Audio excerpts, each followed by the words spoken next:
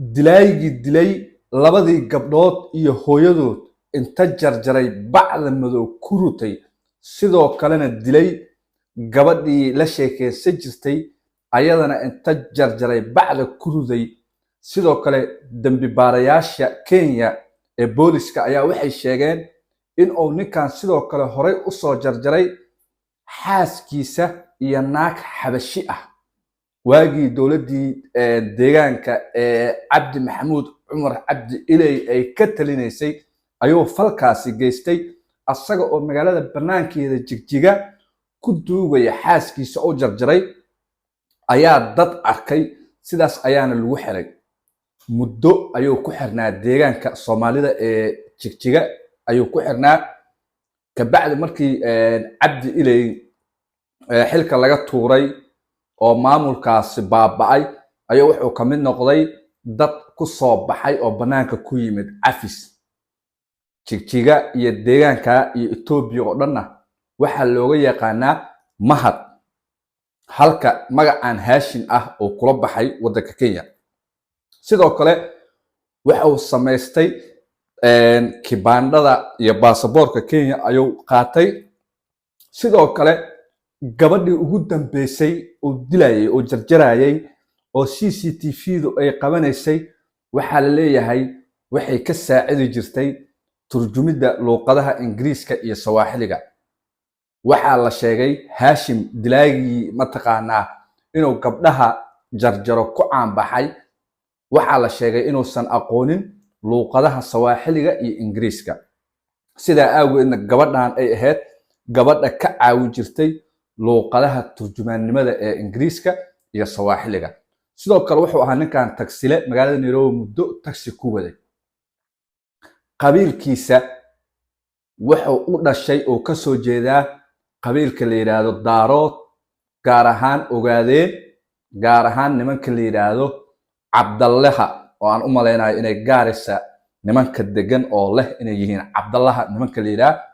ayuu ka soo jeedaa laakiin ma ahan Cabdallaha Kenya ma ahan ninkan waa Cabdallaha degan dalka Itoobiya magaciisuna waa mahad ayaa looga yaqaanaa dhanka laakiin meeshan ayuu kula baxay kiiskiisa hadda waxa la leeyahay waxa faraha la soo galay koox la yiraahdo anti wax saas la yiraahdo oo qoladaas qafka ay qabtaan xataa 90% qoladaas hadii gurigaaga u soo dhacaan ay gurigaaga kala baxaan lama arko dadka ay la baxaan waa qolada la dirirta argagixisada la dirirta waay niman indhaha u xiran yihiin aad u tababaran aad qatar u ah tababarkooda qafka ay nimankaas wataan sharci ka yaala waay Kenya nimankaas hadii qafkaas ay kiiskiisa soo galaan ama ay wataan lama sii arko waxa la leeyahay nimankaas ayaa kiiski soo galay oo ninkan tuun ayaa soo galay ayaa la leeyahay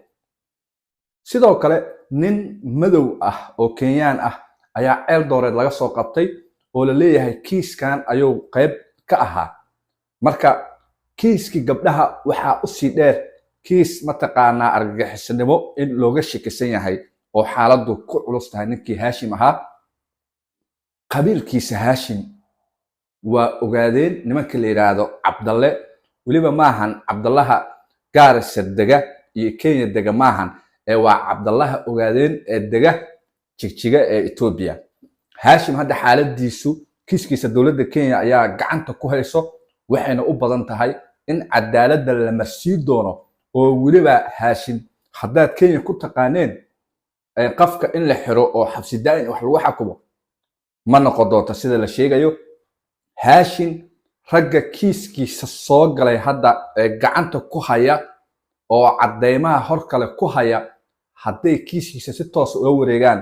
Haashim ma noqon doono ama mahad nin sii noolaa doona ma noqon doono oo qoladan qafka ay qabtaan toos ayuu u haajiraa si sheegay si dad badan ay u ogaadaan kiiski inuu meel fiican marayo maamadii iyo gabdhaheedana duco ay uga helaan dadka islaamka ah iyo ummadda Soomaaliyeed maadaama oo kiiskan ahaa kiis aad naxdin badan dadka Soomaaliyeed ku abuuray ducadiina ay u baahan yihiin familkaas si dad badan oo muuminiin ah ay ugu duceeyaan oo ducadiina ay u helaan